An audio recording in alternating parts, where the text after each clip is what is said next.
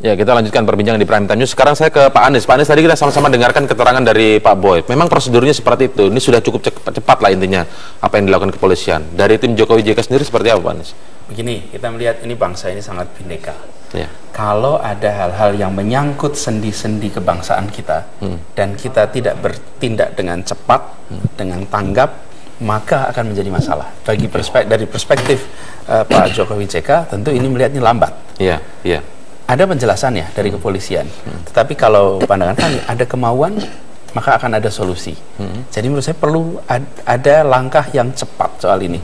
Begini Mas, bayangkan ini yang diangkat adalah isu SARA, pemutarbalikan fakta, fitnah-fitnah, dan menyangkut figur yang amat dikenal. Itu saja prosesnya seperti ini. Bayangkan pesan apa yang dirasakan oleh seluruh rakyat. Wong yang orang terkenal hebat saja prosesnya seperti ini. Bayangkan rakyat biasa di Indonesia sekarang sedang butuh pesan bahwa siapa saja yang melakukan tindakan-tindakan melanggar hukum, apalagi yang menyangkut sendi-sendi kebangsaan, tidak boleh dibiarkan tak dihukum.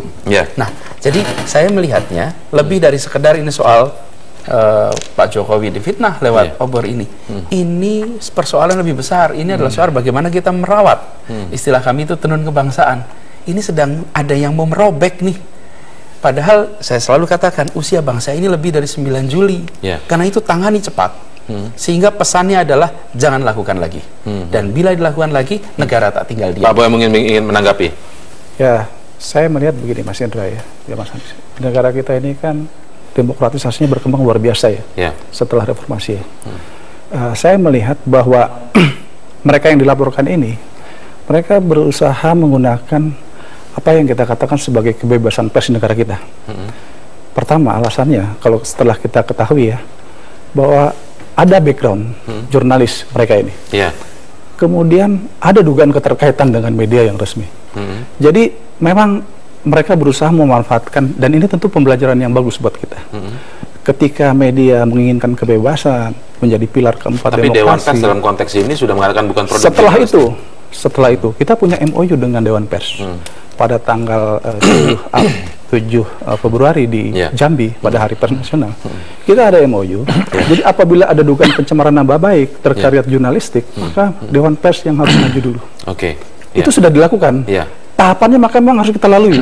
Karena ini kan kesepakatan civil society dan juga Dewan Pers sendiri ya. Dari masyarakat pers ingin kebebasan, kita hormati itu. Tapi ini pembelajarannya adalah ternyata memang dari kebebasan yang diberikan negara kepada insan pers, ada hal seperti ini. Kita akan lakukan langkah-langkah itu.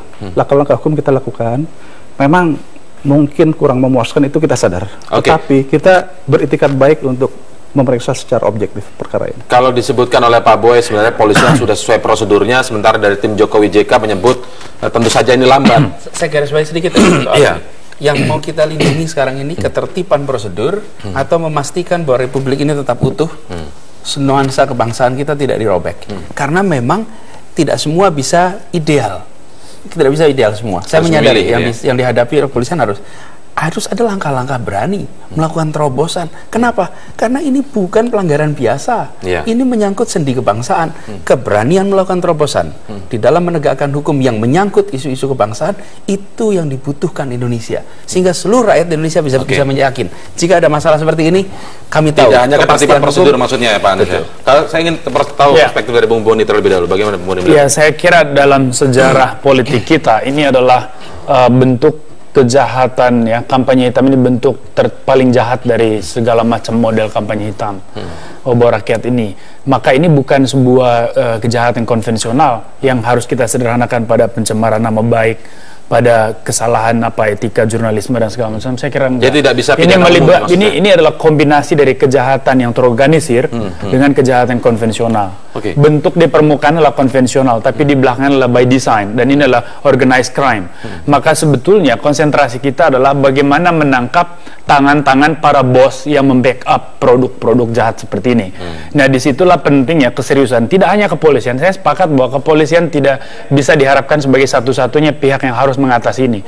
Bawaslu juga harus perlu. Maka kita menunggu. Tapi Bawaslu menyatakan bahwa ini bukan pidana pemilu sehingga diserahkan ini kepada kepolisian. Bagaimana Anda melihat sebetulnya kalau secara material memang bukan pidana pemilu sementara, tetapi kan semangatnya. Dan kita semua baik common sense kita bisa mengerti bahwa ini ada desain politik. Nah, di situ Bawaslu harus bicara. Jadi Bawaslu harus melakukan penafsiran substantif. Nggak bisa penafsiran letterhek. Kalau letterhek otomatis pasalnya nggak ada diatur soal itu. Bahwa ada Muhammad Reza Khalid di belakangnya, bahwa ada Hatta Rajasa dan seterusnya yang menjadi rumor sekarang gitu loh. Nah, itu tentu belum terungkap. Karena ini soal penyelidikan dan penyidikan, itu urusan polisi nanti. Dan Anda harus tahu dan kita semua tahu bahwa ini melibatkan kekuasaan yang sangat serius. Maka tidak mungkin kita bisa mendapatkan korpus delikti atau bukti material begitu cepat. Nah, kemudian pertanyaan tentu saja siapa yang melakukan pendanaan di balik itu. Itu yang harus diungkap terlebih dahulu. Nanti kita akan ke Pak Boy Rafli Amar. Pemirsa, tetaplah bersama kami di Prime Time News.